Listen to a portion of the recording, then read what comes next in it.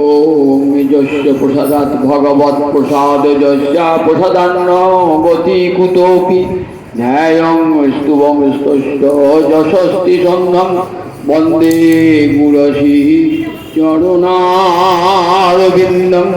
আজানুলম্বিত ভুজৌ কনকাবদাতৌ সংকীর্তনৈক পিতর কোমলায়তাক্ষ বিশ্বম্বরৌ দ্বিজবরৌ যুগধর্মপালৌ বন্দে জগৎপ্রিয়করৌ করুণাবতারৌ কালান্নষ্টং ভক্তিযোগং নিজং ইয়ঃ প্রাদুষ্কর্তুং শ্রীকৃষ্ণ চৈতন্য নামা আবির্ভূতস্তস্য পাদারবিন্দে গারং গারং লিয়তাং চিত্তভৃঙ্গ নিত্যানন্দ নমস্তুভ্যং প্রেমানন্দ প্রদায়িনে কলৌ কল্মষনাশায় জাহ্নবাপতয়ে নমঃ বর্হাপিরাভিরামং মৃগমদ তিলকং কুণ্ডলাক্রান্ত গণ্ডং কঞ্জাক্ষং কম্বুকণ্ঠং স্মিত শুভগমোকং সাধরেণ স্তবেনু শ্যামং শান্তং ত্রিভঙ্গং রবিকর বসনং ভূষিতং বৈজয়ন্তা বন্দে বৃন্দাবনস্থং যুবতী শতবৃতং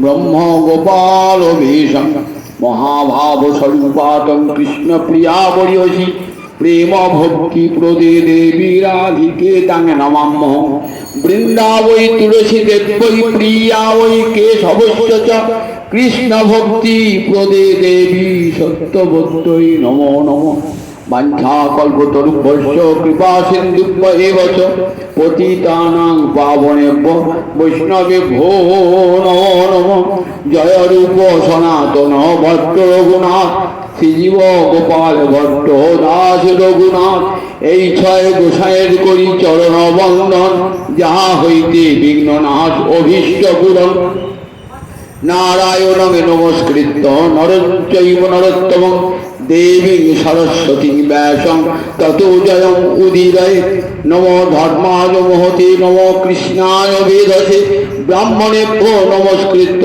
ধর্মান বক্সি সনাতনং বন্দেহং শ্রীগুরু সুচিত পদকমলং শ্রীগুরুন পশ্চাংশ শিরূপং সাগ্রজাতং সহগুণ রঘুনাথান্বিতং তং সজীবং সাদ্বৈতং সাবধূতং পরিজন সহিতং শ্রীকৃষ্ণ চৈতন্য দেবং রাধা কৃষ্ণ পাদান সহগণ ললিতা শ্রী বিশাখান্বিতাংশ গুরবে গৌরচন্দ্রায় রাধিকা বৈ তদালয়ে কৃষ্ণায় কৃষ্ণ ভক্তায় তদ্ভক্তায় নমো নমঃ দিনাদৌ মুরারে নিষাদৌ মুরারে দিনার্ধে মুরারে নিষার্ধে মুরারে দিনান্তে মুরারে নিশান্তে মুরারে তমেক গতির্ন তমেক গতির্ন অনর্পিত চরিকিছি রাত করুণয়াবতীর্ণ করো সমর্পয়ত উন্নত উজ্জ্বল রসাং স্বভক্তি শ্রিয়ং হরিপুরত সুন্দর দুতি কদম্ব সন্নিবিত সদা হৃদয় কন্দরে স্ফুরতু বসতি নন্দন অদ্বৈত প্রকটীকৃত নরহরিপৃষ্ট স্বল্পপ্রিয় নিত্যানন্দ সব সনাতন গতি শিরূপৈকেতন লক্ষ্মী প্রাণপতি গদাধর রসোল্লাসী জগন্নাথ ভূ সাঙ্গ পাঙ্গ সপার্শ্বর সদয়তাং দেব শচী নন্দন সংসার সিন্ধু তরণে হৃদয় যদি স্যাৎ সংকীর্তনামৃত রসে রমতে মনশ্চেত প্রেমাম্বুধ বিহরণে যদি চিত্তবৃত্তি চৈতন্য চন্দ্র চরণে শরণাং প্রয়াতু হরে কৃষ্ণ কৃষ্ণ কৃষ্ণ হরে হরে হরে রাম রাম রাম হরে হরে নিগম কল্পতরর গলিতং ফলং সুখমুখাদি অমৃত দ্রব সংযুতং পিবত ভাগবতং রসমায় মুহুরহো রসিকা ভুবি ভাবুকা নিত্যানন্দ সহিত গৌরাঙ্গ জয় জয় শুনিলে চৈতন্য কথা ভক্তি লভ্য হয় নিতাই গৌরী সীতানাথ প্রেমানন্দে একবারে হরি হরি বল নিতাই গৌরী সীতানাথ প্রেমানন্দে একবারে হরি হরি বলো নিতাই গৌরী সীতানাথ প্রেমানন্দে একবার হরি হরি বলো হইয়াছেন হবে না আমার মহাপ্রভুর যত রাত সবার চরণ বন্দি দন্তে করি ঘাত ভজ শ্রী কৃষ্ণ চৈতন্য প্রভু নিত্যানন্দ শ্রী অদ্বৈত গদাধর শিবাচারি গৌরী ভক্ত বৃন্দ। জয় নিতাই জয় নিতাই জয়। সমবেত ভক্তবৃন্দের চরণে আমার কোটি কোটি দণ্ডবৎ প্রণিপাত। আজকে এক বৈষ্ণব জগতের স্মরণীয় এবং বরণীয় দিনে আমরা রাধা গোবিন্দ মন্দিরে উপস্থিত হয়েছি। প্রতিটি বৈষ্ণবের স্মরণীয় এই দিনটি জ্যৈষ্ঠ মাসের শুক্লপক্ষের ত্রয়োদশী তিথি। উৎসবটির নাম দণ্ড মহোৎসব। সাধুরা বলেন নয় দণ্ড মহোৎসব নয়, কৃপাদণ্ড মহোৎসব। নিতাই চাঁদের দণ্ড হল কৃপা, তাই কৃপাদণ্ড মহোৎসব। আজ থেকে 508 বছর আগে 923 বঙ্গাব্দে, আজ কত 1431, তাহলে 508 বছর আগে জ্যৈষ্ঠ মাসের শুক্লপক্ষের ত্রয়োদশী তিথিতে 24 পরগনা জেলার গঙ্গার তীরে পানিহাটিতে নিতাই চাঁদ কৃপা করেছিলেন রঘুনাথ দাস গোস্বামী পাত্রী। কে এই রঘুনাথ দাস গোস্বামী? জয় রূপ সনাতন ভট্ট রঘুনাথ, শ্রীজীব গোপালে ভট্ট দাস রঘুনাথ। এই ছয় গোসাইয়ের করি চরণ বন্দন, যাহা হইতে বিঘ্ন নাশ অভীষ্ট পূরণ।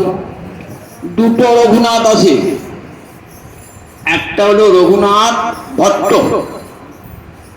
ইনি হলেন তপন মিশ্রের সন্তান, বাংলাদেশের তপন মিশ্রের সন্তান। আর আজ যার কথা বলবো ইনি হলেন রঘুনাথ দাস গোস্বামী। কোথায় বাড়ি ছিল? আদি সপ্তগ্রাম। আদি সপ্তগ্রাম হুগলি জেলার আদি সপ্তগ্রাম। পিতার নাম ছিল গোবর্ধন দাস, জ্যাঠার নাম ছিল হিরণ্য দাস। জ্যাঠামশাই হিরণ্য দাস ছিলেন নিঃসন্তান, তাহলে বাপ জ্যাঠার একটাই মাত্র সন্তান রঘুনাথ দাস গোস্বামী বাপ। কত সম্পত্তির অধিকারী শুনবেন। তখনকার দিনে জমিদার তো সরকারকে রাজস্ব আদায় করে দিতে হতো। 20 লক্ষ টাকা আদায় হতো তৎকালীন যুগে রাজস্ব। রাজস্ব মানে খাজনা। সেইটার একটা ভাগ পাঠাতে হতো গৌড়ের বাদশার কাছে। কত টাকা? 12 লক্ষ টাকা পাঠাতেন, বাকি 8 লক্ষ টাকা তাদের নিজস্ব। তখন ত্রিবেণীর তীরে সরস্বতী নদী ছিল, সরস্বতী অনেক বাণিজ্য বন্দর ছিল একটা সপ্তগ্রামে, সেখানে বহু জাহাজ আসত, সেখান থেকে জাহাজ বাণিজ্য শুল্ক পেতেন, সেটাও মোটা টাকা। প্রচুর ভূসম্পত্তির অধিকারী ছিলেন, প্রচুর। তখনকার দিনে শুধু নগদ টাকাটাই ধরুন 8 লক্ষ টাকা বছরে আয়, জমি জমা সম্পদ বাণিজ্য শুল্ক ছাড়া। সেই দিনটার কথা চিন্তা করুন। আজকের দিনে বলবে 8 লক্ষ টাকা কিছুই নয়, একদিনে ইনকাম। কিন্তু তখনকার দিনে 8 লক্ষ টাকা মানে 1 টাকায় তখন 8 মণ চাল পাওয়া যেত। 1 টাকায় 8 মণ চাল মানে 40 কেজিতে 8 মণ। তাহলে 1 মণের দাম ছিল 2 আনা। 1 টাকা মানে 16 আনা। 1 মণ চালের দাম ছিল 2 আনা। সেই আমলে 8 লক্ষ টাকার জমিদারি। এত বৈভব এত ঐশ্বর্যের মধ্যে থেকেও রঘুনাথের মন কিন্তু বিষয়াসক্ত ছিল না। কেন বলুন দেখি? যার বাবার এত সম্পদ এবং সেই একমাত্র অধিকারী, তথাপি বিষয়ে বৈরাগ্য কেন? নিত্যসিদ্ধ পার্ষদ রঘুনাথ দাস গোস্বামী কে ছিলেন? রাধারানীর তুলসী মঞ্জরি, কেউ কেউ বলে রতি মঞ্জরি। শুধু এসেছেন নররূপে লীলা করতে গৌরহরির সঙ্গে। কেন? তাদের তো নিত্যসিদ্ধ, সাধনার তো কোনো প্রয়োজন নাই, কিন্তু জীব জগৎকে শিক্ষা দান করবেন বলে আজ সাধক রূপে ধরা তলে আবির্ভূত হয়েছে। সাধক গুরুদেব যদি নিজে ভজন করে না শেখায়, শিষ্য শিখতে পারে? শিক্ষক যদি নিজে মুখে অ আ ক খ উচ্চারণ না করে, তাহলে তার ছাত্রটি অ আ ক খ বলতে পারে? তাই স্বয়ং ভগবান গৌর হয়ে এসেছেন, আপনি আচরি ধর্ম জীবেদে শিখায়। তাই তার প্রতিটি পার্শ্বতাই নিজে আচরণ করে জগৎকে শিক্ষা দান করবার জন্য নিত্যসিদ্ধ পার্ষদ আর সাধকের ভূমিকায় এসেছেন, যে কেমন করে কৃষ্ণ ভক্তি অঙ্গ সাধন করতে হয়। ছোটবেলাতে বাবা চতুষ্পাঠী ভর্তি করেছেন। কোথায় চতুষ্পাঠী? পাশে চাঁদপুর বলে একটি জায়গা, সেখানে চতুষ্পাঠী মানে টোল, সংস্কৃত টোল। তখনকার দিনে উচ্চ শিক্ষা ছিল সংস্কৃত শিক্ষা। গ্রামের পাঠশালায় 4 পর্যন্ত পড়ে এবার যারা উচ্চ শিক্ষা গ্রহণ করবেন তাদের তো ইংরেজি শিক্ষা ছিল না, তখন সংস্কৃত শিক্ষা। চাঁদপুরে যেতেন, টোলে পড়তেন। আর বাবার যে পুরোহিত ছিল, বাবা জ্যাঠা যে পুরোহিত, তার নাম বলরাম আচার্য। তার বাড়িতে কে থাকতেন? হরিদাস ঠাকুর থাকতেন। কি করতেন? প্রতিদিন টোলে পড়ার পর এসে হরিদাস ঠাকুরের কাছে সাক্ষাৎ করতেন, তার চরণ বন্দনা করতেন। দেখেছেন তো, এই মহতের কৃপা বাল্যকালেই লাভ হয়ে গিয়েছে। শাস্ত্রে বলেছে, মহৎ কৃপা ভিন্ন কোনো কর্মে মতি নয়। কৃষ্ণ ভক্তি দূরে রহু, সংসারে নহে ক্ষয়। মহৎ কৃপা বিনা কখনো অন্য কোনো কর্মেতে কোনোদিন কৃষ্ণে মতি আসবে না, আসবে না, আসবে না। দান ধ্যান ব্রত তপস্যা কোনো কিছুতেই কৃষ্ণে মতি আসবে না। মহৎ কৃপা বিনা কোনো কর্মে মতি নয়। বললেন, কৃষ্ণ ভক্তি দূরে রহু, সংসার নহে ক্ষয়। কৃষ্ণ ভক্তি তো অনেক দূরের কথা, সংসারটাই ক্ষয় হয় না। সংসার ক্ষয় না হলে কৃষ্ণ ভক্তি হবে নাকি? তা দেখুন, এই দেখাচ্ছে রঘুনাথ দাস গোসাই পাদ নিজের জীবন দিয়ে, যদি কৃষ্ণ ভক্তি অঙ্গ যাজন করো, ভক্তের চরণ ধুলা অঙ্গে আগে মাখো। অঙ্গে আগে মাখলে তবে কৃষ্ণ ভক্তি লাভ হবে। অন্তরে অহংকারের পর্বত নিয়ে কোনদিনই কৃষ্ণ ভজন হবে না, হবে না, হবে না। দীনতার আসনে নেমে আসতে হবে, তবেই হবে। অভিমানী ভক্তিহীন জগ মাঝে সেই দিন, যার অন্তরে অভিমান আছে, আমি উচ্চ জাতির মানুষ, আমি বিদ্বান, আমি সমাজের প্রভাবশালী ব্যক্তি, আমি ধনবান ব্যক্তি, বললেন সে তার ওই ধর্মী অভিমান নিয়ে থাকবে, কোনো দিন তার প্রতি ভগবানের কৃপা বর্ষিত হবে না।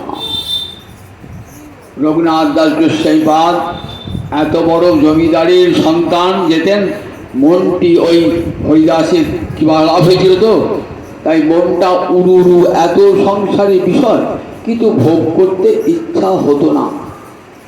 বাবা মা জ্যাঠা দেখতেন একটাই সন্তান, আমাদের পর এই জমিদারি দেখবে কে? তাই ছেলেকে ভালো করে মানুষ করতে চেয়েছিলেন। কিন্তু দেখছেন ছেলের প্রথম থেকেই সংসার বিরাগী মন, সংসার বিরাগী মন। মহাপ্রভু এসেছেন সন্ন্যাস করে কোথায়? অদ্বৈত আচার্যের গৃহে প্রথম সন্ন্যাস গ্রহণ করলেন। সেখানে শুনতে পেলেন যে মহাপ্রভু সন্ন্যাস গ্রহণ করি অদ্বৈত আচার্যের।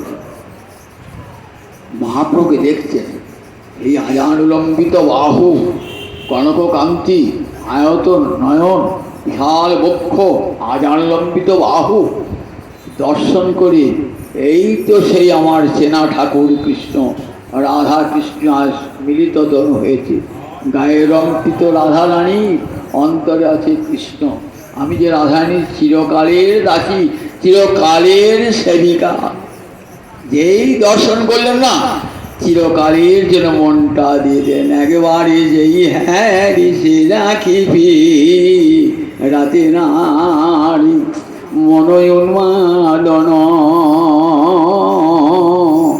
গোড়া চান।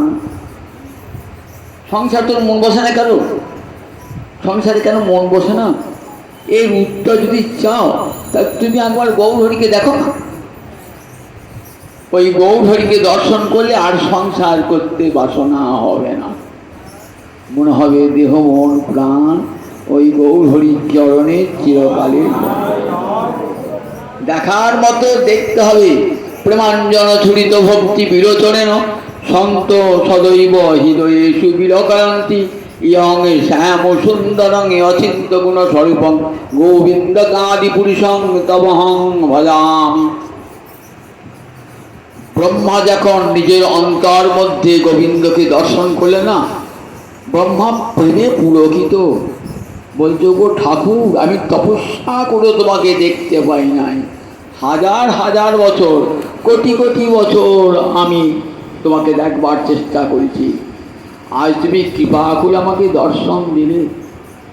প্রেমের কাজল মাখা নয়ন ছাড়া তুমি দেখা দাও না। সাধুরা নিত্য দর্শন করছে, তাই তারা সংসারে থাকতে পারে না।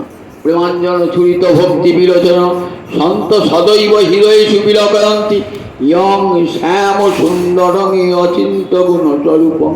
ওই শ্যাম সুন্দর, তোমার গুণ তোমার স্বরূপ চিন্তা করা যায় না। আমি তোমার চরণে চিরকালের জন্য আশ্রয় গ্রহণ করি। এমনি করে ব্রহ্মা একদিন গোবিন্দের চরণে নিজেকে সঁপে দিয়েছে। তাই যেদিন দেখলেন গৌরহরিকে, একেবারে যেই হ্যাঁ সে রাখিবি রাতে নারী আমার মনয় উন্মাদন গোড়া চা।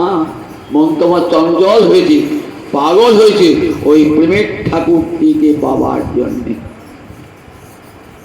বাবা মা তো বিষয়ী হলে কিন্তু সজ্জন ছিলেন।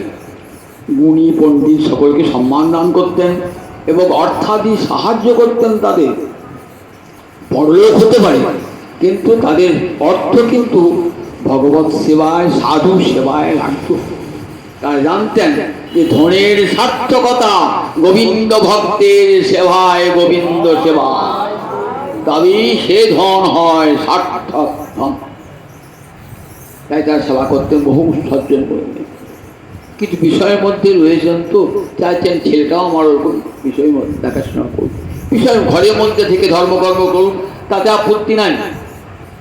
কিন্তু ছেলের মন তো 7 দিন থাকলেন, 10 দিন থাকলেন, যতদিন মহাপ্রভু ছিলেন ততদিন থাকলেন। অদ্বৈত আচার্য আগে থেকেই চিনতেন। অদ্বৈত আচার্য মহাপ্রভুর অবশেষ পাত্র এসে দিলেন। চলে এলেন। মনে হলো কবে গৌ পাবো। হা গৌ, কবি তোমার চরণ পাবো, সেদিন আমার কবে হবে। হা গৌর বলে তোমার চরণে বিকাইব, সেদিন আমার কবে হবে। হা গৌর আমার, হা প্রাণনাথ আমার, কবে তোমার চরণে বিকাইব। দিনরাত কাঁদে নির্জনে। বাবা মা কি বুঝবে? ছেলের অন্তরে কেমন কৃষ্ণ প্রেম জাগ্রত হয়েছে, গৌর প্রেম জাগ্রত হয়েছে। দিবারাত্র নয়ন জলে ভাসেন। মনে হয় সংসার কেন, এত বিষয়, টাকা পয়সা কেন। আমি কবে গৌরচরণে যাব? গৌর যেমন নীলাচলে গেছেন, নীলাচলেই যাব। মন উড়ুরু, কোন দিকে নীলাচল, কোন পথে যেতে হয়, নীলাচল যাবে। তখন তার ট্রেন বাস নাই, হেঁটে হেঁটে বাড়ি চলে যান। বাবা সকাল পর্যন্ত ছেলে ঘর পাচ্ছে না, লোক দিয়ে ধরে ধরে আনেন, বহু কষ্ট ছেলেকে ধরে ধরে আনেন। মানে ছেলেরা কোথায় গিয়ে যায়? দ্বিতীয়বার আমার মহাপ্রভু এসেছেন কোথায়? বাংলাদেশ। বৃন্দাবন যাব এই ছল করে বাংলাদেশে এসেছেন। আগে তিনি বলেছি রামকেলি গমন করলেন, সেখান থেকে কানাইয়ের নাটশালা থেকে ফিরে এলেন আবার কোথায়? শান্তিপুরে অদ্বৈত আচার্যের ফিরে শুনলেন। বাবা মাকে কাছে অনুমতি নেন, জেঠার কাছে অনুমতি, বাবা একবার যেতে দাও না, আমি একবার গৌর এসে দেখাই, আমার প্রাণের ঠাকুরটিকে দেখে আসবো, দাও না, দেখলাম বহু কষ্ট। বাবা বলে ঠিক আছে, তুমি একা গেলে হবে না, একা গেলে পালিয়ে যাবে। সঙ্গে কি করলেন? সঙ্গে 3-4 লোক দিলেন, সঙ্গে গেলেন। চলে আসবে কিন্তু তাড়াতাড়ি আসবেন, কি যতদিন গৌর থাকবেন ততদিন থাকবো। নির্জনে পেয়ে বলছে, হা গৌর, কবে তোমার চরণ পাবো, আমাকে কৃপা করবে না? কি বলছেন? স্থির হও, ঘরে যাও, না হও বাতুল, ক্রমে ক্রমে পাইল কি ভব সিন্ধু কুল। মর্কর বৈরাগ্য না করি হো লোক দেখাইয়া, যথাযোগ্য বিষয়ে ভুঞ্জ অনাসক্ত হইয়া। কেমন উপদেশ দেখুন। এখন রঘুনাথ দাস গোস্বামীকে উপলক্ষ করে জগৎবাসীকে বলছেন, দেখো একবারেও কেউ সংসার বিরাগী হতে পারে না, মনটাকে আগে তৈরি করে নিতে হয়। বৈরাগ্যের জন্যে মনকে তৈরি করতে হয়। স্থির হও, ঘরে যাও, না হও বাতুল। দেখো ধীর স্থির হয়ে পাগলামি করবে না, কৃষ্ণ ভক্তি পাগলামি নয়। না হও ক্রমে ক্রমে সাধন ভক্তি অঙ্গ যাজন করো, করতে করতে ভবসিন্ধুর কুল ওপার দেখতে পাবে। আদৌ শ্রদ্ধা, তত সাধু সঙ্গ, এই সবগুলি অতিক্রম করে তবে কৃষ্ণ প্রেম অন্তরে জাগ্রত হয়। এই শিক্ষা দেওয়ার জন্য বলে যাও, মর্কট বৈরাগ্য না করিহ লোক দেখাইয়া, যথাযোগ্য বিষয় ভুঞ্জ অনাসক্ত হইয়া। মর্কট মানে যে বানর। বানরে অঙ্গে বসন নাই, গাছের ডালে থাকে, বনের ফলমূল খায়। লোকে ভাবে যে বানরটা বোধহয় নিরাসক্ত বৈরাগী, কিন্তু পৃথিবীতে বানরের মতন এমন বিষয়াসক্ত একটা প্রাণীও নাই। বাইরে বৈরাগীর বেশ, কিন্তু অন্তরে বিষয়ের তৃষ্ণা, তাকেই বলে মর্কট বৈরাগ্য। আজ আমরা দেখতে মেলা মর্কট বৈরাগী, মানে মেলা মর্কট বৈরাগী, জটা রয়েছে, গেরুয়া কাপড় রয়েছে, হাতে ত্রিশূল রয়েছে। কি করে অর্থ শিষ্য সংগ্রহ করবো, কি করে আশ্রম তৈরি করবো, লোককে ঠকাবো, কি করে লোককে প্রতারণা করবো, তার জন্য বেশি করেছে। এই মর্কট বৈরাগীর সংখ্যা কম না আজকের যুগে। মর্কট বৈরাগ্য না করি হো লোক দেখাইয়া, যথাযোগ্য বিষয়ে ভুঞ্জ অনাসক্ত হইয়া। বিষয়ে থাকলে ক্ষতি নাই, কিন্তু বিষয়ে যেন তোমাতে না থাকে। তুমি বিষয়ে থাকো, ক্ষতি নাই, বিষয় যেন তোমাতে না থাকে। ঠাকুর রামকৃষ্ণ কথা, নৌকা জলে থাকলে ক্ষতি নাই, নৌকার ভিতরে জল না ঢুকলেই হলো। এই সংসারে থাকো, ক্ষতি নাই, সংসার আসক্তি যেন তোমার ভিতরে প্রবেশ না করে।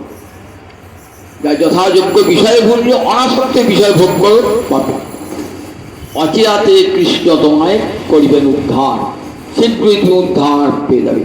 আমি বৃন্দাবন থেকে যখন ফিরে আসবো নীলাচলে, তখন দেখবে কোনো ছলে কৃষ্ণ তোমাকে উদ্ধার করবে, এবং সেকালে কৃষ্ণ তোমায় পুরাবে ছল।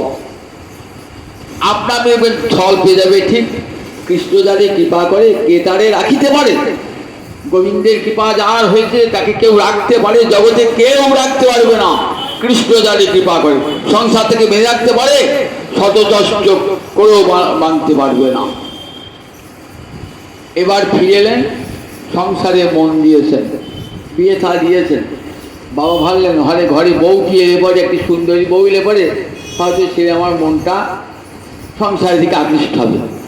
বড় লোকের ছেলে তো, ভালো বড় লোকের ঘরে মেয়ে, সুন্দরী মেয়ে দেখে বিয়ে দিলেন। কিন্তু যার মন একবার গৌর চরণে, সুন্দরী রূপ তাকে আকৃষ্ট করতে পারে, একবার যে রূপ দর্শন করেছে সে কি আর অন্য রূপ দর্শন করতে পারে? যারা গৌর গোবিন্দ দর্শন করেন নাই তারাই নারীর রূপে আকৃষ্ট হন। যারা সত্যিকারের গৌরহরি রূপ দর্শন করেছেন, সত্যিকার আমার মাধবের রূপ দর্শন করেছেন, তারা জগতের আর কোন রূপে আকৃষ্ট হয়। দেখে এলাম তারিতে সইব, দেখে এলাম তারে একই রঙে এতই রূপ নয়নে না ধরে। এত রূপ আমার স্বামী গোবিন্দের, আর রাধানী নয়নে ধরতে সেই রূপ।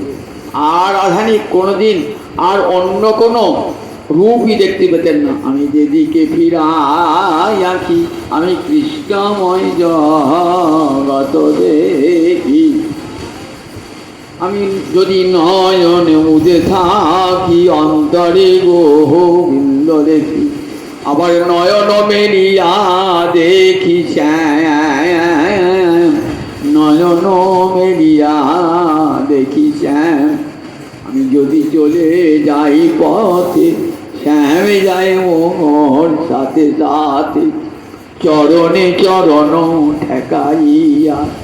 দেখেছেন কেমন কৃষ্ণ রূপে বিভোরা রাধারানী? কৃষ্ণ ছাড়া জগতে আর অন্য কোনো চিন্তাই নাই। সীতাদেবীর যেমন রাম চিন্তা ছাড়া আর অন্য কোনো চিন্তা ছিল না।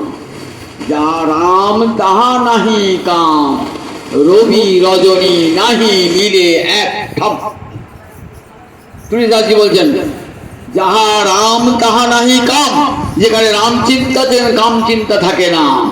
রবি রজনী নাহি মিলে এক ঠাম, সূর্য আর রাত্রি এক জায়গায় থাকে না। মন যা রামচন্দ্রের ঠাকুর রামচন্দ্র কি বলতেন? মামায় সীতা করে দে, মামায় সীতা করে দে।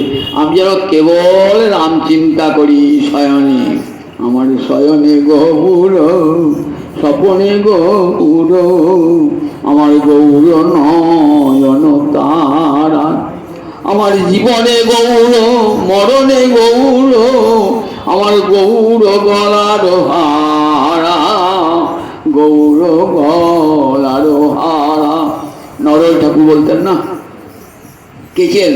মধুমতি সখী, নরহরি সরকার শ্রীখণ্ডের মধুমতি সখী। তাই কি বলতে? আমার শয়নে গৌর, স্বপনে গৌর, গৌর নয়ন তারা। আমার জীবনে গৌর, মরণে গৌর, আমার গৌর গলার হারা। যিদিকে তাকাতেন তিনি গৌর হইতে দর্শন, শয়নে স্বপনে নিদ্রা। রাধারানী যেমন সবসময় কৃষ্ণ রূপ দর্শন করতেন, আর সখীরাও তুমি কৃষ্ণ ছাড়া কিছুই জানতেন না। শয়নে স্বপনে আমি তোমার রূপ দেখি, ভরমে তোমার নাম আমি ধরণীতে লিখি। রাধারানী বলছে শ্যামসুন্দরকে, জানো শয়নে স্বপনে আমি তোমার রূপ দেখি, ভরমে তোমার নাম ধরণীতে লিখি। আমি ভ্রমকর্মী নিজের নামটা লিখতে হয় না, শ্যাম নাম লিখি, শ্যাম নাম লিখি। দেখেছেন তো আমার রাম যে গোবিন্দ চিন্তা ছাড়া নাই। তাই আর এত চেষ্টা করো সুন্দরী বউকে ঘরে এনো, রঘুনাথ দাস গোস্বামী পাদের মনকে ফিরাতে পারলেন না। বাবা দেখলেন ছেলেকে কিভাবে আটকানো যায়। মা বলছেন ছেলেকে দড়ির বাঁধনে আটকিয়ে রাখো। বাবা বলছেন দেখো পিতা মাতা জন্মের সাথী কিন্তু কর্মের সাথী নয়। পুত্রের প্রারব্ধ কর্মফল খণ্ডবার ক্ষমতা তোমারও নাই, আমারও নাই। চৈতন্যের পাগলকে কে বেঁধে রাখবে? আমি শত চেষ্টা করে 11 জন লোক রেখে দিয়েছি দুর্গা মণ্ডপে, যাতে আমার ছেলে বেরুতে না পারে। তাতেও যদি ছেলে বেরোয় কি করবো বলো? আমি সব জমিদারি ছেড়ে দিয়ে সবসময় ছেলের কাছে বসে থাকবো? দেখো, চৈতন্যের পাগল, চৈতন্য চন্দ্রের পাগল কে রাখিতে পারে? পিতামাতা কহু নাই পারে প্রারব্ধ খণ্ডাইতে। পিতামাতার ক্ষমতা নাই পুত্রের প্রারব্ধকে খণ্ডন করবার জন্য। ও চৈতন্যের দাস হয়ে জন্মিয়েছে, আমি ওকে দড়ির বাঁধনে আটকে রাখতে পারবো না। ইন্দ্র সম ঐশ্বর্য আমার, অপ্সর সম পত্নী এনে দিয়েছি ঘরে, আর কি চাই বলো সংসারে বাঁধবার জন্য? দেখো, এত ঐশ্বর্য আছে, সুন্দরী পত্নী আছে, তাতেও যদি ছেলের মনকে আটকাতে না পারি, তাহলে আমার আর কিছুই করার নেই। চোখে চোখে রাখেন, তবু নিজের ছেলে তো, ঘর ছেড়ে যেন চলে না যায়। ফিরে এলেন, এবার কিন্তু খানিকটা মন দিয়ে ভাবছেন, বাবা মা ওই ছেলে বোধহয় আমার খানিকটা বিষয়ই হয়েছে। মন তো বিষয় না, কিন্তু মহাপ্রভু দিয়েছিল বাইরে বিষয়ীর ভানটা দেখাবে আর অন্তরেতে আমাকে চিন্তা করবে, যাতে কেউ জানতে না পারে। রাখো প্রেম হৃদয়ে ভরিয়া, এটা একটা শিক্ষা। যদি আমরা কৃষ্ণ প্রেম তাকে বাইরে উচ্ছরিত হতে হবে না। রাখো প্রেম হৃদয়ে ভরিয়া, প্রেমে যত গোপনে রাখবেন না, তত তার শক্তি। প্রেম যদি বাইরে বেরিয়ে যায়, তাহলে তার শক্তিহীন হয়ে যায়। যথার্থ ভালোবাসায় প্রেম থাকে হৃদয়ে ভরা। দেখেছেন না, রাসের দিনে রাধারানীকে দর্শন করে গোবিন্দের অন্তরিচ্ছা, একবার রাধারানী মুখ ফুটে বলুক, মাধব আমি তোমাকে ভালোবাসি, কিন্তু সেটা রাধারানী মুখ দিয়ে বার করাতেই পারলেন না। বুক ফাটছে কিন্তু মুখ ফোটে না, বুক ফাটে তবু মুখ ফোটে না। আর রাধারানীর এমন প্রেম, যে প্রেম বাইরে প্রকাশ করে, তার ভয়ঙ্কর শক্তি, প্রেমের ভয়ঙ্কর শক্তি, প্রেমের শক্তি। তাই মহাপ্রভু বলেছেন, দেখো রাখো প্রেম হৃদয়ে ভরিয়া, বাইরে হইচই করবে না, অন্তরে প্রেম পুষে দেয়। ঠিক সেই মহাপ্রভুর নির্দেশ অনুসারে বাইরে ইতিমধ্যে ঘটে একটা বৈষয়িক সংকট। কিরকম? আগে যার জমিদারি ছিলেন তিনি এক মুসলমান চৌধুরী, তুরস্ক থেকে আসা। সে দেখলে যে জমিদারিটা তো পেয়ে গেল হিরণদাস গোবর্ধন দাস, কি করে এদিকে প্যাচে ফেলা যায়, তাই তককে তককে আছে যাতে আমি আমার জমিদারিটা পেতে পারি। তবে সামান্য একটু ত্রুটি কোথাও দেখতে পেয়ে মন্ত্রীকে ধরে নিয়ে এসে, দরকার তো বিধর্মী শাসন, ধরে নিয়েছে, দেখো এখানে হিরণদাস গোবর্ধন দাস চুরি করেছে, তোমাকে টাকা দেয় না। মন্ত্রীর লোক এলো, শুনতে পেয়েছি হিরণদাস গোবর্ধন দাস আমাদেরকে গ্রেপ্তার করে নিয়ে যাবে, জেলে ভরবে, পালিয়ে গেছে। ছেলেটাকে নিশ্চয় ধরবে না, কিন্তু মন্ত্রী তার পাইক বরকন দাস নিয়ে এসে তাকে ধরিয়ে গেল রঘুনাথ দাস। 1 বছর রঘুনাথ দাস জেলে রয়েছে, জেলেছেন। আর সেই মুসলমান চৌধুরী বারবার তর্জন গর্জন করছে। রঘুনাথ দাস খুব বুদ্ধিমান ছিলেন, বললেন, দেখো আমার বাপ জ্যাঠা তোমারই তো ভাই, ভাইয়ে ভাইয়ে বিবাদ করলে, আর আমি তোমার সন্তান তুললে আমাকে শাস্তান করলে, তোমরা মিনমাট করে দেবে। আমি যেই সন্তান বলেছে না, মুসলমান হলো, অন্তরটা গলে গিয়েছে, অন্তরটা বলে ঠিক আছে, তুমি বাপ জ্যাঠাকে নিয়ে এসো, আমাকে কিছু ভাগ দিতে বলো, আমি তোমাকে ছাড়ার ব্যবস্থা করছি। বাপ জ্যাঠাকে নিয়ে এলেন, কিছু ভাগ পেলেন, মুক্তি পেলেন। এবার আর কোনো বাধা রইল না। কিন্তু দুর্গা মণ্ডপে 11 জন লোক রেখেছেন, 4 জন পাইক, 2 জন ব্রাহ্মণ সেবক রাঁধুনি রেখে দিয়েছেন। সেইখানেই থাকেন দিন রাত রঘুনাথ দাস গোস্বামী। আর মনে মনে ভাবেন, কবে তোমার কৃপা হবে ও গো আমার গৌরাঙ্গ হরি, কবে তোমার কৃপা হবে, সেদিন আমার কবে হবে তোমার রাঙা চরণে বিকাইব, সেদিন আমার কবে হবে। গৌরচরণ পেতে একটা বাধা আছে, কি বাধা আছে? নিতাই চাঁদের কৃপা বিনে কে বা পেয়েছে গৌরাঙ্গ ধনে, কোন কালে কোন গুণে কে পেয়েছে গৌরাঙ্গ ধনে, আমার নিতাই চাঁদের কৃপা বিনে কে পেয়েছে গৌধনে, আমার নিতাই চাঁদের কৃপা বিনে কে পেয়েছে গৌধনে, কোন কালে কোন গুণে কে পেয়েছে আমার গৌধনে। নিতাই চাঁদের কৃপা ছাড়া কোনো দিন গৌরাঙ্গকে পাবে না। মহাপ্রভু নিজে বলেছেন, নিত্যানন্দের প্রতি যদি কারু সামান্য প্রতি বিদ্বেষ থাকে, আমি তাকে কোনো জন্মেই কৃপা করব না। নিতাই আমাকে যার কাছে অর্পণ করবে, আমি তার কাছেই যাব। দেখেছেন তো, সেই নিতাই চরণটি বৃন্দাবনী রায় যদি রাধারানীর চরণ স্মরণ না করেন, কোনদিন গোবিন্দ মিলবে না। আর রাধে প্রাণেশ্বরী বলে রাধারানী বিশ্বভানু রাজনন্দিনী, তোমার চরণে সমর্পণ করলাম, তুমি কৃপা করে গোবিন্দকে পায়ে দাও। রাধারানীর কৃপা হলে গোবিন্দ মিলবে, তেমনি গৌরীরায় নিতাই চাঁদের কৃপা হলে। হ্যাঁ নিতাই বিনে রে ভাই রাধা কৃষ্ণ পাইতে নাই, দৃঢ় করি ধরো নিতাই পায়। নিতাই চরণ আগে আশ্রয়। হে নিতাই চাঁদ গুরুতত্ত্ব তো, জগৎ গুরুতত্ত্ব। গুরুকে বাদ দিয়ে কোনোদিন গোবিন্দ পাওয়া যায় না, যায় না, যায় না। আলদিকে ঘাস খাওয়া যায় না, যায় না, যায় না। গুরু কৃপা ছাড়া কখনো হয় না। নিতাই চাঁদ জগৎ গুরু, আশ্রয় তত্ত্ব। আশ্রয় ছেড়ে কখনো বিষয়কে পাওয়া যায় না। তাই এই কৃপাটি হয় নাই। হঠাৎ দেখুন মন কৃপা লাভ হয়েছে তো মনে মনে উদয় হলো যে আমি কেন পাচ্ছি না, বারবার গৌরচরণ পেতে গিয়ে ফিরে আসছি কেন? তাহলে নিশ্চয়ই কোনো ত্রুটি আছে। তো আপনি দেখুন কেমন নিতাই চাঁদ দয়াল আমার মনে মনে স্ফুরণ ঘটিয়ে দিয়েছে। আমার কৃপাটি না পেলে গৌর কৃপা পাবে কোথায়? নিতাই কৃপা পাবো কোথায়? নিতাই কৃপা পাবো? এমন সময় আমার নিতাই চাঁদ এসেছেন গৌরহরির নির্দেশে।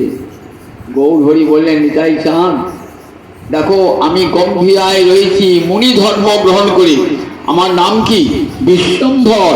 বিশ্বকে নাম এবং প্রেমে ভরিয়ে দেবো বলে আমার নাম লিখেছিলেন পিতামহ, আমার মাতামহ বিশ্বম্ভর। কিন্তু আমার তো নাম বিশ্বকে নাম প্রেমে ভরে দেওয়া হলো না।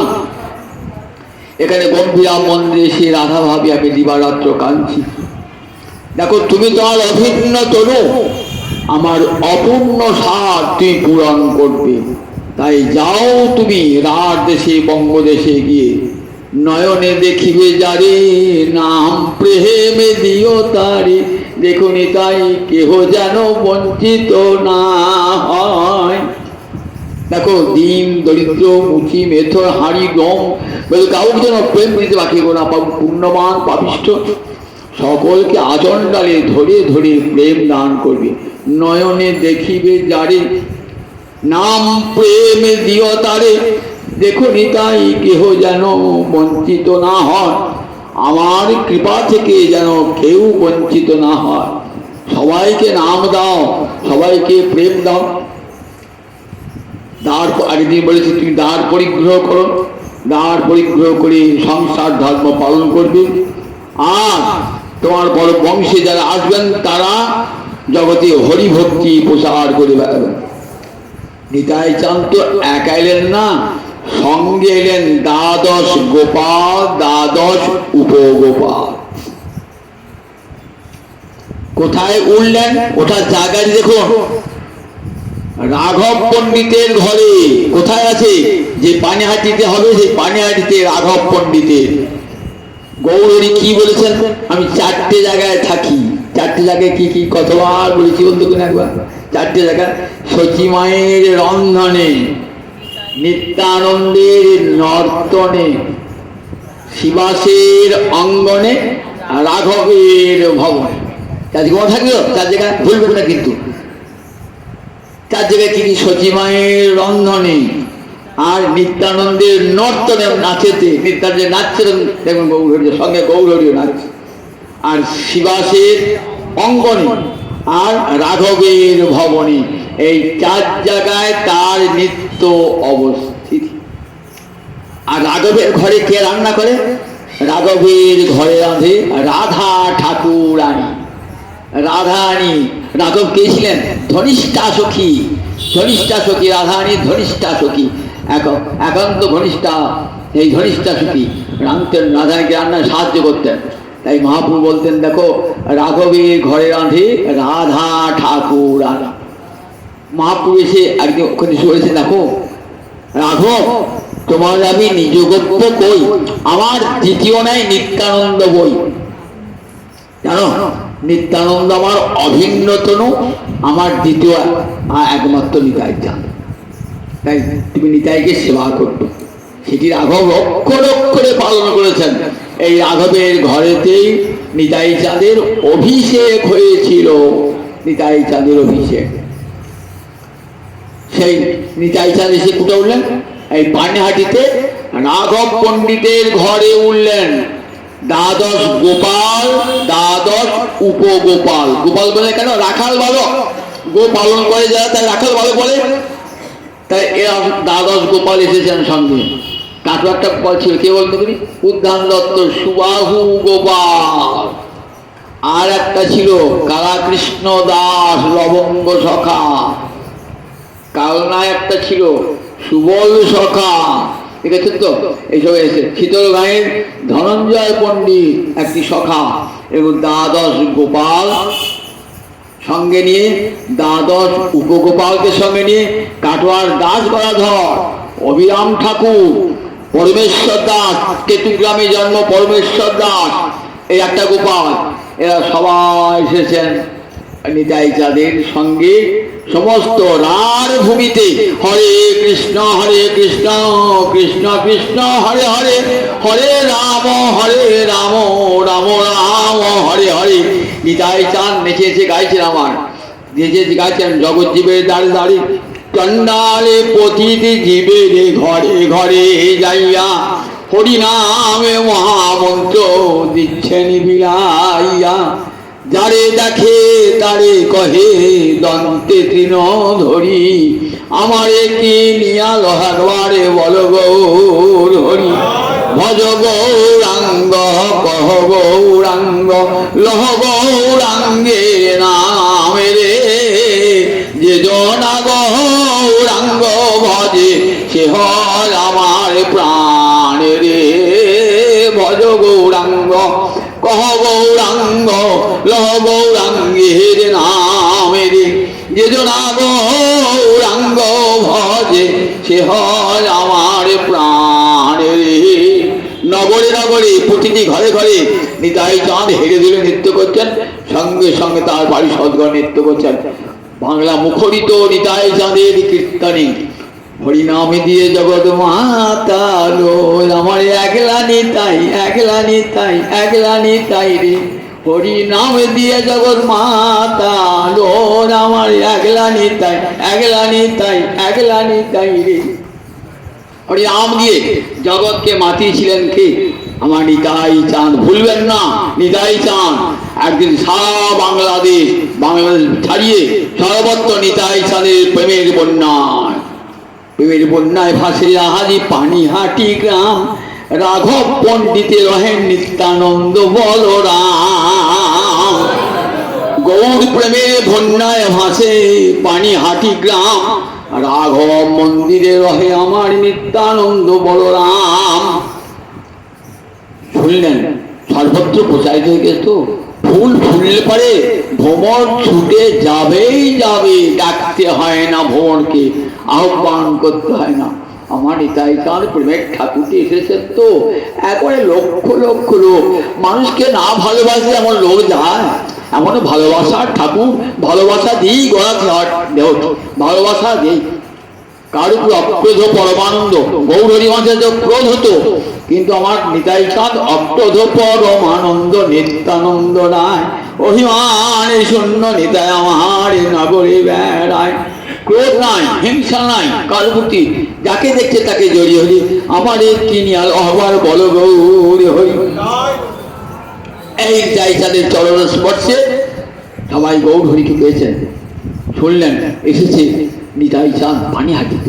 শব্দগ্রাম থেকে পানিহাটি খুবই কাছে, হেঁটেই গিয়েছেন। তখন বাবা যাবো, নিতাই চাঁদ এসেছেন দেখবো, বললেন যাও। সঙ্গে লোক দিলেন, যেন আবার ফিরে আসে যেন পানিহাটি মেলা থেকে।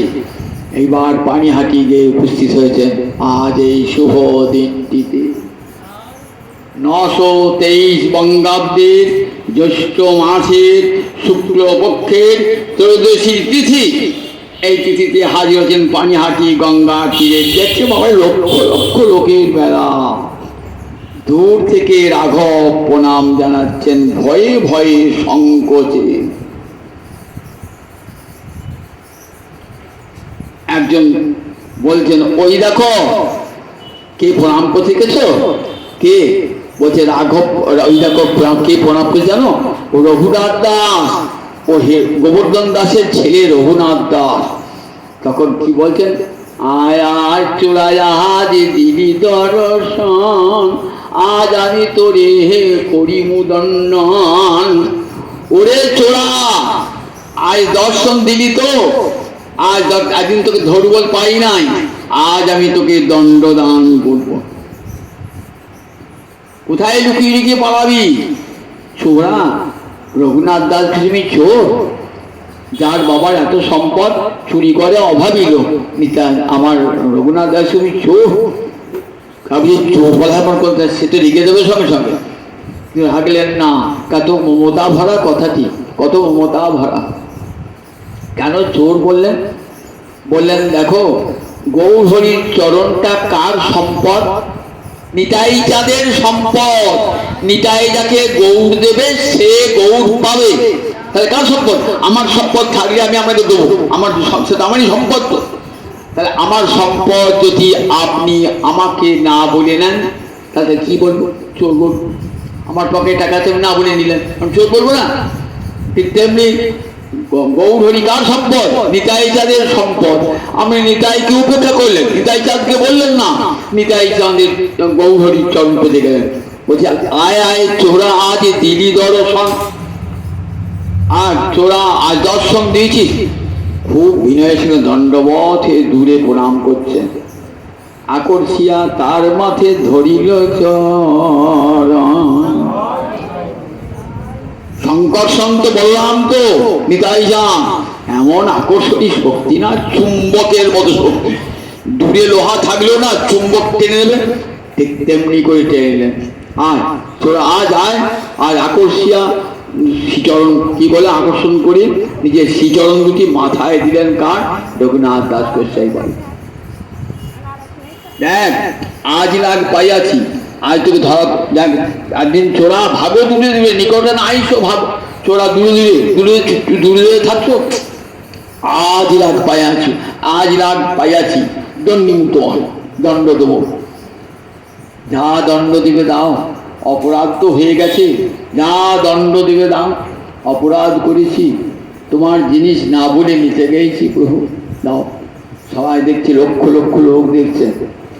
বলছেন কি দণ্ড দেবে প্রভু? সেই দণ্ড মাথা পেতে নেবো, তবু আমার গৌর জল করতে হবে। তো বলে একটা দণ্ড দেয়, একটা বাবা তো বড় লোক, প্রচুর টাকা আছে। চিরাদধি ভক্ষণ করাহ মোর গণে।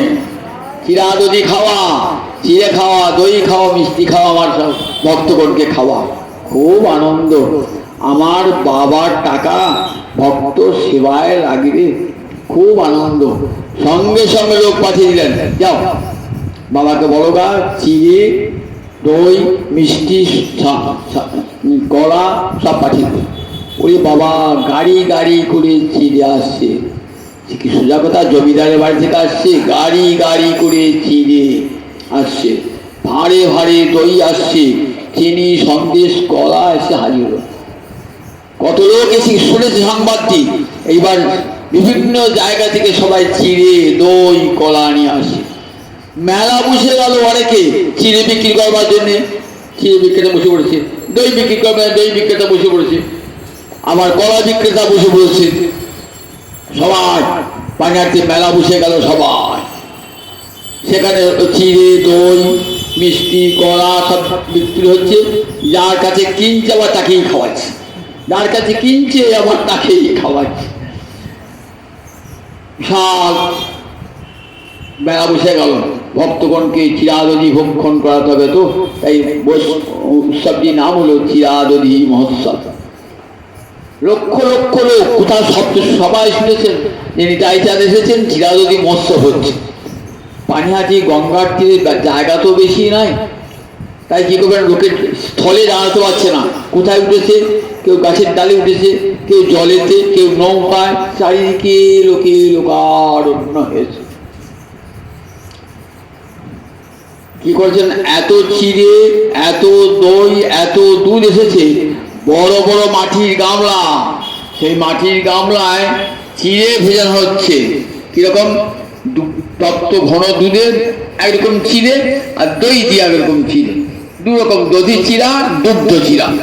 এবার বড় বড় মালসা আনা হয়েছে, মাটির মালসা। সেই মালসায় একটাতে দুধ চিড়া, একটায় দুগ্ধ চিড়া।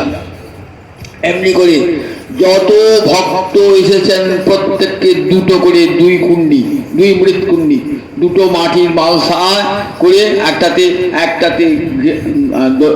দুগ্ধ চিরা, একটা দধি চিরা। সবাইকে দেখলো, কত লক্ষ লক্ষ লোক এসেছেন দেখুন, কিরকম হয়ে গেল দেখুন। আর কত লোক যে চিড়ে এনেছে, দই এনেছে, কলা এনেছে, তার ইয়ত্তা নাই। সবাই বসেছেন একসঙ্গে দেখুন। আজ আর ব্রাহ্মণ চণ্ডাল ভেদ নাই। আমার নিতাই চাঁদের একটা শিক্ষা, প্রসাদে বসিয়েছেন, দেখো ব্রাহ্মণের সঙ্গে চণ্ডাল বসবে আজকে, দেখো মহাপ্রসাদ।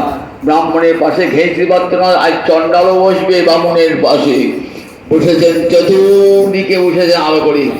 নিতাই চাঁদের কি আনন্দ, লোক খাইয়ে, কাঙালের ঠাকুর তো, কাঙাল ভোজন করি আমার নিতাই চাঁদে এত আনন্দ, নৃত্য করছেন।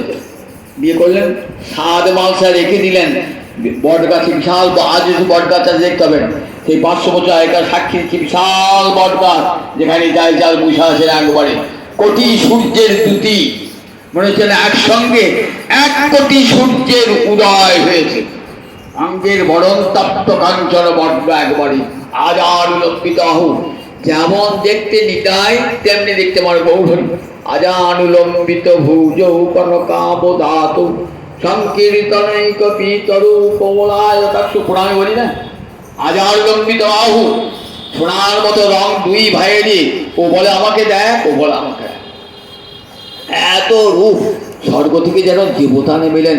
মানুষের এত রূপ হয়, দৈর্ঘ্যে বসতে 4 হাত, বাবরি বাপ, বিশাল মানুষ, ঠাকুর দূর থেকে রঘুনাথ দেখছেন, বাবরি বাবরি এত রূপ। আমার নিতাই চাঁদে অঙ্গ জ্যোতিতে চতুর্দিক আলোচিত হয়েছে। 7 কুণ্ডি, 7 মালসা ভোগ দেবেন। কাকে কে পঞ্চতত্ত্বকে ভোগ দিচ্ছেন, রাধা গোবিন্দকে, গুরুবর্গকে 7 মালসা ভোগ লাগিয়েছেন। এইবার ধ্যানে ডাকছেন, গৌরহরি তুমি এসো গো, না এলে যে আমার এই মহোৎসব সম্পূর্ণ হবে না। আমার প্রাণী গৌর এসো হে, পানিহাটির গঙ্গার তীরে মধুর নীলাচল হতে। ওহে আমার প্রাণী গৌর এসো এসো, এই পানিহাটির গঙ্গার তীরে এসো এসো, মধুর নীলাচল হতে।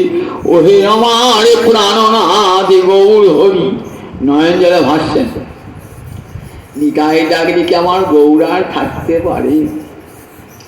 গৌর এসেছেন, বলেছেন না নিতাই চাঁদ যখন কীর্তন করবেন তখন আমি ঠাকুর নৃত্য করবে। এসেছেন কি সবাই তো দেখতে হবে না? অদ্যাপিও সেই লীলা করে গোড়ালায়, কোনো কোনো ভাগ্যবান দেখিবারে পায়। আমার নয়ন থাকলে বলে দেখতে পেতাম। আজও তো লীলা চলছে, গৌর লীলা, নিতাই লাভে লীলা, নিত্য লীলা। তো তা দেখ মতো নয়ন থাকা চাই, তো যাদের নয়ন আছে তারা দেখছেন। এইবার যতগুলি লোক বসেছে না, তাদের কাছে কাছে মহাপ্রভুকে নিয়ে যাচ্ছেন, আর সবার কাছ থেকে এক গ্লাস করে তুলে নিয়ে, খাও খাও আমার প্রাণে গৌরে, খাও খাও আমার প্রাণে গৌরে বদনে তুলেছেন। আবার গৌরী কি করছেন, খাও খাও আমার প্রাণে নিতাই, খাও খাও আমার প্রাণে নিতাই, তুলে নিতাই চালে বদনে দিচ্ছে। সব লোক অবাক হয়ে দেখছে। এরপর পিণ্ডার উপরেতে বট গাছের বাঁধানো জায়গা, সেখানে কি করলেন, নিতাই চাঁদ বলেন ধুতি পরে নিতাই চাঁদ সন্ন্যাসী বেশ পরিত্যাগ করে ধুতি বেশি পরে পুরোহিতের বেশি বসে সাতকুণ্ডি খোলা এক পাশে গৌরী আসন করেছেন। সবাই কিন্তু গৌরকে দেখতে পাচ্ছেন, আবেশে এসেছেন, সত্যিকার আবেশে নিতাই এসেছেন, প্রত্যক্ষ কেউ দেখতে পাচ্ছেন না, কিন্তু তাই চাঁদ দেখে আমার পাশেই গৌরহরি রয়েছে। গৌরহরিকে বসিয়েছেন, নিজে বসেছেন, ভোগ দিচ্ছেন গৌরহরিকে, রাধা গোবিন্দকে নিতাইকে ভোগ দিচ্ছেন। ভোগ দিয়ে এইবার গৌরহরি বদনে তুলে দিচ্ছেন, নিতাই চাঁদ বদনে তুলেছেন। এইবার হরি হরি বলে সব ভোজন করো, বলে ভোজন করো, হরি হরি বলে সব ভোজন করো। নিতাই চাঁদ হরি বলে সবাইকে ভোজন করাচ্ছেন। সেই কাঙালের রঙ্গরিকা আমার নাচে গৌরহরি, গৌরহরি কি আনন্দ, গৌরহরি নিতাই চাঁদ নৃত্য করছে। রাঘব পণ্ডিত এসে হাজির। ঠাকুর তুই আমার বাড়িতে খাবো বলে আমি প্রসাদ করলাম, তুমি কোথায় গঙ্গা তীরে? বলে জানিস তো আমি গয়লার ছেলে, তো আমি তো গয়লার ছেলে, জানিস তো রাখাল বালক দিয়ে মাঠে গরু চড়াই, তো তা কোথায় খেতাম? যমুনার তীরে খেতাম, পুলিল ভোজের লীলা হতো, এখানে গঙ্গার তীরে পুলিল ভোজের লীলা করতে জানিস তো, সব রাখাল বালকের সব। রাত্রে তোমার বাড়িতে ভোজন হবে, এসো বলে তাকেও দাও, রাঘব খাও। রাঘব আবার সেখানে প্রসাদ প্রসাদ নিয়ে এসছেন, আবার রাঘব প্রসাদ বসে গেল। সারাদিনটি কেটে গেল, আনন্দে নৃত্যে কেটে গেল। এইবার কিছু করে বিশ্রাম নিয়ে রাঘব পণ্ডিতের ঘরে নৃত্য কীর্তন আরম্ভ হল। রাঘব পণ্ডিত প্রচুর আয়োজন করেছে রাঘব পণ্ডিত, সেখানে সব ভক্তগণকে নিয়ে গিয়ে রাঘব পণ্ডিত গোবিন্দের সেবা দান করে ভক্তগণকে ভোজন করালেন। সেখানে নৃত্য কীর্তন, সেখানেও আবেশে গৌরহরি এলেন, সেখানেও গৌরহরি নৃত্য করতেন এই রাঘবের ঘরে। রাঘবের তো আনন্দের সীমা নাই, রাঘবের কি সেবা! আজও রাঘবের সেবা দেখুন, জগৎকে দেখাবার জন্যে এক একজনকে যে মহাপ্রভু একাকিয়ে দেখেছেন। আমরা সেবা করি বটে, প্রাণ দিয়ে সেবা করি না। কোন রকমের করতে হয়, ঘরে একটা ঠাকুর আছে, কোন রকমের করতে হয় করি, কিন্তু সেবা এমন জিনিস না, সেবা এমন তাকে প্রাণ দিয়ে সেবা করতে হবে। যেমন স্বামীর সেবা করে সতী রমণী, যেমন মা বাবা ছেলের সেবা করে, ঠিক তেমনি করে আমার রাধা মাধবের সেবা তেমনি করি, তাই গৌরীর সেবা করতে হবে। সেবা করলে আজও খাবেন প্রভু। পত্রং পুষ্পং ফলং যোগে ভক্তা প্রদর্শতি তদহং ভক্ত বেতম স্নামি পুজো দর্পণ। ভগবান যিনি কি ভোগ লাগায়, দুটো বাতাসা না, দুটো ফুলদানা, ও বহু কষ্টে নিয়ে এলাম, বাজারে সবচেয়ে কম দামে কলাটা ঠাকুরের জন্য নিয়ে এলাম, ভালো মিষ্টি নিজের নাতির জন্য আনলাম সঙ্গে, কিন্তু গৌরী ওই দোকান থেকে, বাতাসার দোকান থেকে তুমি বাতাসা কিনে নিয়ে এসো, 250 বাতাসা 250 দিন চলবে, 250 বাতাসা 250 দিন চলবে, কেটে কেটে দেখেছেন তো? এইরকম সেবা, সেবা প্রাণতা আছে সেবা। তাই ভগবান খান না, ওই দেওয়া হয়, সব থেকে ভোগও হয় না, ভোগও হয় না। যে সে লোক ভোগ দিল, যে সে লোক তাকে যাকে তাকে যে ভোগ দেওয়ালেন, তার হাতে গোবিন্দ গ্রহণই করলেন, ঠিক হয় না, কিছুই হয় না, ভোগ দিল। সে অমিত্র ভোজন করেছে, গোবিন্দকে ভোগ লাগিয়ে দিল, ঘরটা নিয়ে কোনো রকম একবার ঠাকুর আছে করতে, একবার সেবা তো হয় না। রাঘব পণ্ডিত শিখেছেন, রাঘব পণ্ডিত সেবা শিখেছেন। নিজের বাগানে এত নারকেল, সুন্দর সুন্দর নারকেল, সেই নারকেলটা কেটে খেয়ে দেখছেন তার শ্বাস আছে কিনা, জলটা মিষ্টি কিনা, যদি না থেকে ফেলে দিচ্ছেন, ফেলে দিচ্ছেন। এইবার বাইরের জায়গা থেকে বলছে না, এই নারকেল গোবিন্দ সেবা লাগবে না, নিয়ে এসো, বাইরে থেকে নিয়ে এসো। যেখানে ধুলো বাড়ি পড়ে সেখানে প্রসাদ থালা নামে দাও, ফেলাম। এই গোবিন্দকে নিবেদন করেছেন। কিরকম পরিষেবার পরিপাটি, রাঘবের সেবার পরিবার, রাঘবের সেবা দেখতে হয়। তাই রাঘবের সেবা, রাঘবের ঘরে আমার মহাপুরুষ চিরকাল নিতাই চাঁদ রাধারানী সব সব বিরাজমান। আজও বাজারে গেলে দেখতে হবে রাঘবের ভবন রয়েছে। রাঘব পণ্ডিত এই রাঘবের ঝাড়ি, এই পরে আলোচনা করবো, রাঘবের ঝাড়ি, রাঘবের ঝাড়ি সমর্পণ নিলাম। রাঘবের বোন ছিল দময়ন্তী দেবী, গৌর সন্ন্যাসী তো দর্শন করতে পারতেন দূর থেকে। আর কত প্রকার, সারা বছর আমার প্রভু সেবায় লাগবে বলে কত কি তৈরি করতে হয়। নারকেলের নাড়ু, চিড়ের নাড়ু, মুড়ির নাড়ু সব তৈরি করে শিষ্য মকরধ্বজ করকে দিয়ে পাঠিয়ে দিতেন। বলতেন রাঘবের ঝালি সমর্পণ হতো এই গুন্ডিচা মার্জনের আগের দিন রাঘবের ঝালি সমর্পণ দিলাম। তা সেই রাঘবের গৃহে বা রাঘবের গৃহে নিত্য কীর্তন আদি হলো। পরদিন প্রাতকালে আবার এসে গৌরহরি নিতাই চাঁদ বসেছেন কোথায়? ওই গঙ্গার তীরে।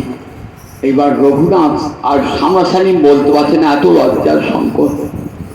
রাঘব পণ্ডিতকে বলছেন, বলো প্রভু, তুমি আমাকে বলো না, নিতাই চাঁদ যেন আমাকে কৃপা করে, আমি যেন নির্বিঘ্নে চৈতন্য চরণ পাই, এই আশীর্বাদ আমাকে কর।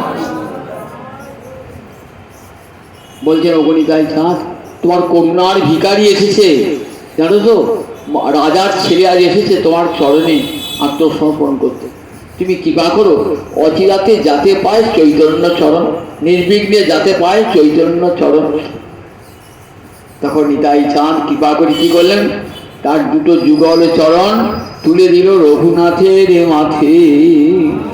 এত কৃপা, বলে যা এইবার তুই পাবি চৈতন্য চরণ, নির্বিঘ্নে পাবি চৈতন্য চরণ। এইবার নিতাই চাঁদকে নিতাই চাঁদ হাতে পয়সা নেবেন না, সঙ্গে যার সেবক আছেন সেখানে গেলে 100 মুদ্রা দিলেন, 7 তোলা সোনা দিলেন। আর যা যারা বৈষ্ণব এসেছিলেন দেখেছেন তো, বৈষ্ণব ভোজন করলে তাকে দক্ষিণা দান করতে হয়। সবাইকে দক্ষিণা, কাউকে সোনা দিলেন, কাউকে টাকা দিলেন, তার সব বৈষ্ণব। আর নিতাই চাঁদ তো টাকা করুণ করবেন না, তার ভান্ডারকে দিলেন, সেখানে সেবা যেন লাগে। আবার রাঘব পণ্ডিতকে সেবা দেওয়ার জন্য রাঘব পণ্ডিতকে 100 মুদ্রা সোনা, 2 তোলা সোনা দান করে গেলেন। রঘুনাথ দাস চলে গেলেন। এইবার নিশ্চয়ই চৈতন্য চরণ পাবো, বুঝা আছে। কারণ গৌরহরি বলেছেন, দেখবে সেখানে কিছু তোমার ফুরাবে ছল, তুমি পাবে। 11 জন লোক সব সংরক্ষণাবেক্ষণ করছে, যাই কেমন করে। দেখুন, গুরুদেব ছিলেন যদুনন্দন আচার্য, ইনি আবার অদ্বৈত আচার্যের শিষ্য। যদুনন্দন আচার্য দীক্ষা দিয়েছিলেন রঘুনাথ দাস গোসাই পাদকে। গুরু ছাড়া কে উদ্ধার করবে? গুরু ছাড়া, দেখেছেন তো, এই যে গভীর রাত্রে গুরুদেবের মায়ায় সব ঘুমিয়ে পড়েছে সবাই। বলছে রঘু রঘু রঘু তো ঠিক আছে, সারা ঠিক আছে রঘু। আমার বাড়ির যে সেবক ছিল না, ঠাকুরের সেবা করতো না, সে চুরিকে জবাব দিয়েছে কাল থেকে আসবে না। তুমি তো বড় লোকের ছিলে, বলো না, বললে হয়তো আসতে পারে। বলে হ্যাঁ গুরুদেব, আমি বলছি, আমি জানি। সবাই ঘুমিয়ে পড়েছে। গুরুদেব একটা ছল করে বার করে নিয়ে গেলেন। কিছু দূর যাওয়ার পর বলছেন, গুরুদেব আপনি ফিরে যান, আমি ঠিক খবর দেবো। বলে এইবার রঘু আর পথ ও কোন দিকে চাইলেন, পিছনে ফিরে চাইলেন না, ছুটছেন পাগলের মতন। যেমন গোপীরা কৃষ্ণ অভিসারে ছুটেছিলেন, তেমনি করে আজ ছুটেছে রঘুনাথ আশ্রমে কবে গৌর চরণ বাবুল। হা গৌর হরি, আমার প্রাণনাথ, আমার কৃপা করে বলে চলেছেন। ক্ষুধা নিদ্রা সব ত্যাগ, কোনের পথের মাঝেই পড়ে রয়েছে, রাত্রি কাটাচ্ছেন, গাছের তলায় কাটাচ্ছেন। খাবার জুটছে, জোটে না, এমনি করে একদিনে 15 ক্রোশ রাস্তা হাঁটছেন। কোথায় শব্দগ্রাম, কোথায় নীলাচল, বলুন দেখি একবার। 12 দিন লাগলো যেতে, মাঝে 3 দিন মাত্র খেয়েছেন। 3 দিন, কেউ একটু দুধ দিয়েছে, কেউ ছানা মাটা দিয়েছে, খেয়ে চলেছেন। কিন্তু অন্তর তো ক্ষুধা নয়, তৃষা নয়। কতক্ষণে গৌরী চরণে পাবো, আমি যে চরণে বিকারেছি, কতক্ষণে যে গৌরী চরণে পাবো। পাগল হয়ে ছুটেছেন, ঠিক যেমন করে গোপীরা পাগলিনী হয়ে কৃষ্ণ চরণে আত্মসমর্পণ করেছিলেন, তেমনি করে রঘুনাথ দাস গোস্বামী আজ পাগল হয়ে ছুটে চলেছেন গৌরহরির চরণে আত্মসমর্পণ। 12 দিন পথ অতিক্রম করার পর রঘুনাথ গিয়ে দেখছেন গৌরহরি বসে আছেন। কোথায়? চন্দ্রশেখরের গৃহে। তপন মিশ্রের ঘরে খেতেন আর চন্দ্রশেখরের গৃহে থাকতেন। বলছেন, ওই দেখো রঘুনাথ এসেছেন, আয় আয় রঘুনাথ বলে ডাকছেন পরম আদরে। দেখ, কৃষ্ণ তোকে আজ বিষয়কূপ থেকে উদ্ধার করলো, বলছে আমি তো কৃষ্ণকে জানি না, তোমারই কৃপায় বিষয়গুপ থেকে আমি উদ্ধার পেয়েছি। আমি আমার দেহ মন প্রাণ আজ থেকে তোমার চরণে অর্পণ করলাম। গৌরহরি সব ভক্ত জানিস, এর বাবা ইন্দ্রসম ঐশ্বর্য, এই ঘরে অপ্সরসম স্ত্রী, দেখ কেমন বৈরাগ্য, কঠোর বৈরাগ্য। 12টি দিন পথে এসেছেন শান্ত ক্লান্ত গোবিন্দ, যাও সমুদ্রে স্নান করিয়ে নিয়ে ভোজন করাও। 5 দিন ভোজন করলেন, তারপর আর রঘুনাথ ভোজন করেন না। স্বরূপদামোদর করবেন, স্বরূপদামোদর তুমি শিক্ষা দান করবে, আজ থেকে তোমারই রঘু হলো, স্বরূপের রঘু, তুমি ওর গুরুর মতন থাকবে, সব কিছু উপদেশ দান করবে। থাকতেন। তা একদিন খুব ইচ্ছা হলো যে মহাপ্রভুর মুখ থেকে দুটো কথা শুনবো, উপদেশ শুনবো। স্বরূপ বললেন, প্রভু গো, ও যে তোমার মুখ থেকে একটু উপদেশ শুনতে চায়। তখন মহাপ্রভু কি বলছেন দেখুন, গ্রাম্য কথা না কহিবে, গ্রাম্য কথা না শুনিবে, ভালো না খাইবে আর ভালো না পড়িবে, অমানি মানত হইয়া কৃষ্ণ নাম লবে, ব্রজে রাধা কৃষ্ণ সেবা মানসে করিবে। সকল বৈষ্ণবের জন্য এই উপদেশ। কি বলেন? গ্রাম্য কথা মানে বিষয় কথা। গ্রাম্য কথা না কহিবে, গ্রাম্য কথা না শুনিবে, বিষয় কথা কইবে না, বিষয় কথা শুনবে না, ভালো না খাইবে আর ভালো না পড়িবে, যেটুকু খেলে উদর পূর্তি হয়, দেহটা রক্ষা হয়, সেইটুকু খাবে, যেটুকু অঙ্গে বসন করলে লজ্জা নিবারণ হয় সেইটুকু বসন করবে, অমানি মানত হইয়া কৃষ্ণ নাম লবে, নিজেকে অমানি রাখবে, অপরকে মান দান করবে, নিজেকে ভাববে আমি তো মানি ব্যক্তি নয়, কিন্তু অপরকে সম্মান দান করবে, আর ব্রজে রাধা কৃষ্ণ সেবা মানসে করিবে, আর মনে মনে মঞ্জুরি দেহেতে কৃষ্ণ সেবা করবে মনে মনে। 5 দিন খেলেন, আর গ্রহণ করলেন না। এদিকে বাবা তো পাগল, ছেলে আমার কোথায় গেল, সীতা মা কোথাও। এদিকে গৌরের ভক্তগণ চলেছিল রথযাত্রার পূর্বেতে, লোক পাঠিয়েছেন শিবানন্দের পিতা যে অদ্বৈত আচার্যকে ধরবে, শিবানন্দ সেনকে ধরবে। শিবানন্দ সেন বলে আমাদের সঙ্গে আসে না। লোক ফিরে এলো, গৌরের ভক্তরা গিয়ে দেখছেন রঘুনাথ পৌঁছে গিয়েছে। পরে সে তারা সংবাদ দিয়েছেন রঘুনাথ স্বরূপের কাছে আছে এবং গৌরচরণ প্রাপ্ত হয়েছে। 5 দিন সেবা গ্রহণ করলেন। বললেন, এইবার মহাপ্রভু বলছেন রঘুনাথ খায় কোথায়?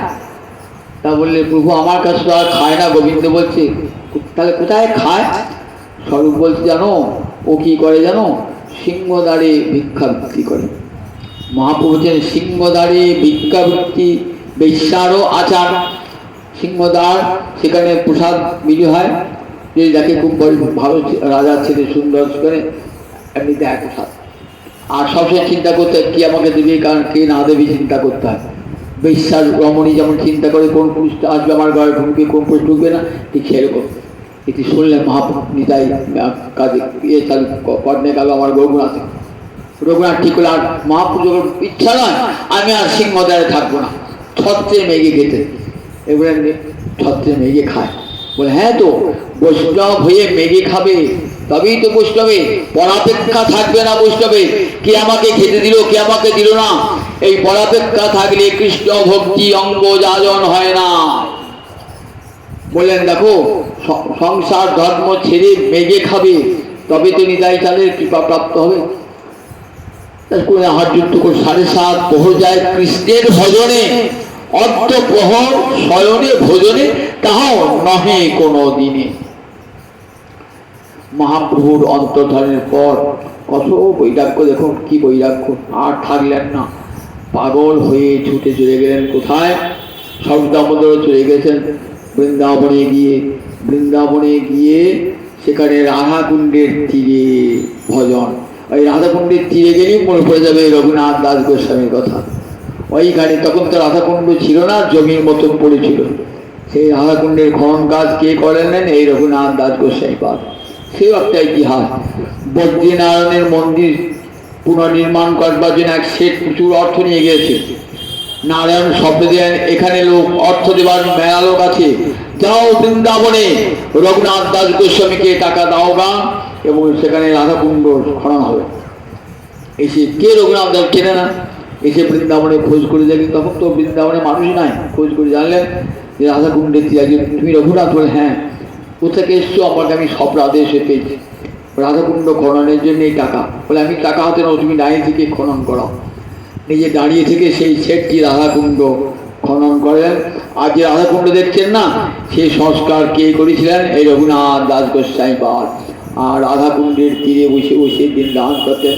আর রাধারানী বলি, কবে তোমার চরণে পাবো, কবে তোমার দেখা পাবো রাধে, নয়নে জলে বুক ভাসায়ে আমার রঘুনাথ কাঁদে রে, একবার বর্ষান পানে চেয়ে কাঁদে, একবার যাবট পানে চেয়ে কাঁদে। কোথায় আছো রাধারানী? ওই কোথায় আছো বিশ্বভানু রাজনন্দিনী, একবার দয়া করো, ওই চরণে একবার দেখাও। যদি রাধারানী দেখা দিয়ে বলেন, কেন? শোন, আমি তোকে কৃষ্ণ দিচ্ছি। বলে না না রাধা, আমি তো কৃষ্ণকে চাই নাই। ন জীবামি তয়া বিনা, তোমার চরণ বিনে আমি এক মুহূর্ত থাকতে পারি না। জানেন, রাধারানীর চরণ পেলে কৃষ্ণ আমার বশবর্তী হয়ে যাবে। তাই আমি চাইবো, এমন জিনিস চাইবো যা কৃষ্ণ এমনি আর ডাকতাম না কৃষ্ণকে, রাধারানীর চরণ পেলে কৃষ্ণ পাওয়া যায়। তাই রাধারানীর চরণ দেখেছেন তো। আর রাধারানী কিন্তু ওইখানে জলে ভিজছে, ওইখানে ওই রাধাকুণ্ডের তীরে বসে রোদ, ওর মা রোদের তাপ লাগছে। কে তাকে রক্ষা করছে বলুন দেখি?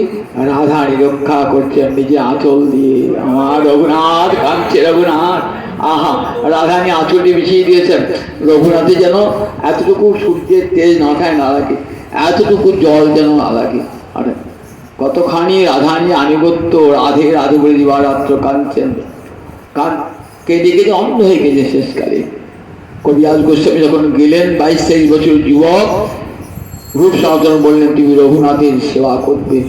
রাধাকুণ্ডের তীরে বৃক্ষতম বাঘ, ভালুক, সিংহ হয়েছে। রঘুনাথ দাস গোস্বামী পাদ সেখানে ভজন করছেন, বৃষ্টিতে জলে ভিজছেন, রৌদ্র তাপে দগ্ধ হয়ে হা রাধে রাধে বলি রাত্র নয়ন জলে ভাসছেন। নিদ্রা নাই, বিশ্রাম নাই, ক্ষুধার তাড়না নাই, কেবল রাধে রাধে বলে নয়ন জলে ভাসছেন।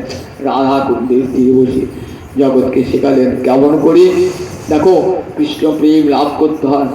এই জয় গোস্বামী জগৎকে কত ত্যাগ বৈরাগ্যের শিক্ষা। প্রতিদিন সহস্র প্রণাম, লক্ষ কোটি দণ্ডবত। রঘুনাথের নিয়ম যেন পাষাণের রেখা। বৃদ্ধ গেছেন, চলতে পারতেন না, তবু হাঁটু গেড়ে দণ্ডবত, লক্ষ লক্ষ দণ্ডবত। দেখেছেন তো কতখানি রঘুনাথ নিয়ম যেন পাষাণের রেখা। খাওয়া দাওয়ার কোনো চিন্তা নাই, কেবলমাত্র রাধারানীর চরণ সেবা দিবারাত্র। এমনি করে রঘুনাথ জগৎজীবকে ভজন শিক্ষা দান করলেন। আর সেই শুভ দিন, যেদিন রঘুনাথ নিতাই চাঁদের কৃপা প্রাপ্তি, গৌরহরি কৃপা, রাধারানী কৃপা পেয়েছিলেন, সেই রঘুনাথ দাস গোস্বামীর চরণে কোটি কোটি প্রণাম জানিয়ে এইখানে হরিকথার কিঞ্চিত বিশ্রাম। জানিতাই জানিতাই জানিতাই।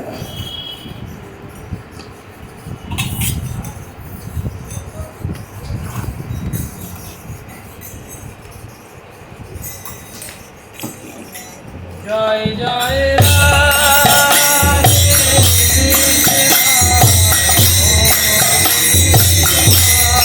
জয় জয়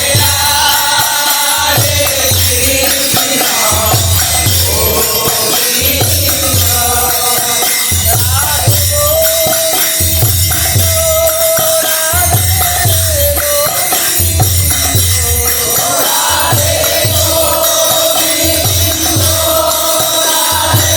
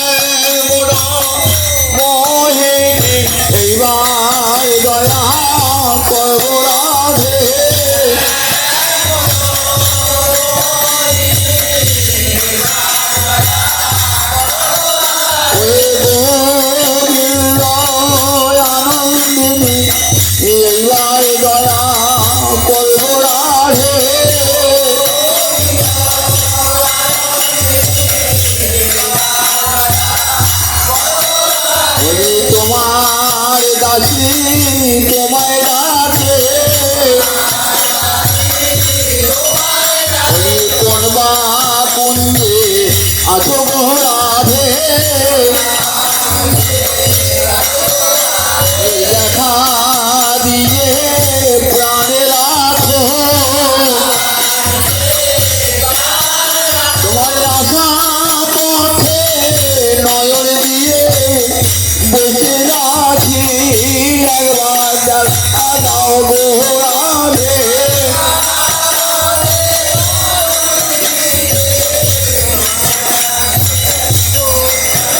বলি কখন তুমি আসবে মোহনে, বলি আশা পথে নয়নে দিয়ে বসে আছি, কখন তুমি আসবে বলে।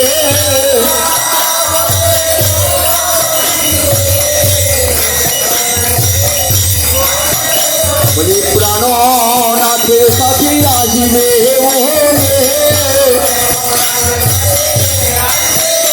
এই আশায় আশায় বসে আছি, ওই চরণে দেখা দাও গো, ওই গোবিন্দ বন্দিত চরণ, ওই চরণের সেবা নাও হে, ওই গোবিন্দ বন্দিত চরণ, ওই চরণের সেবা নাও গো।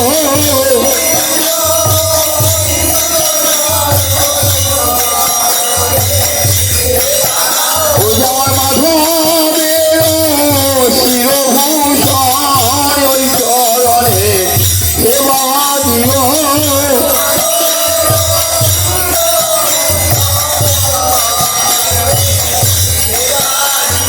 ওই চরণে শরণ নিলাম,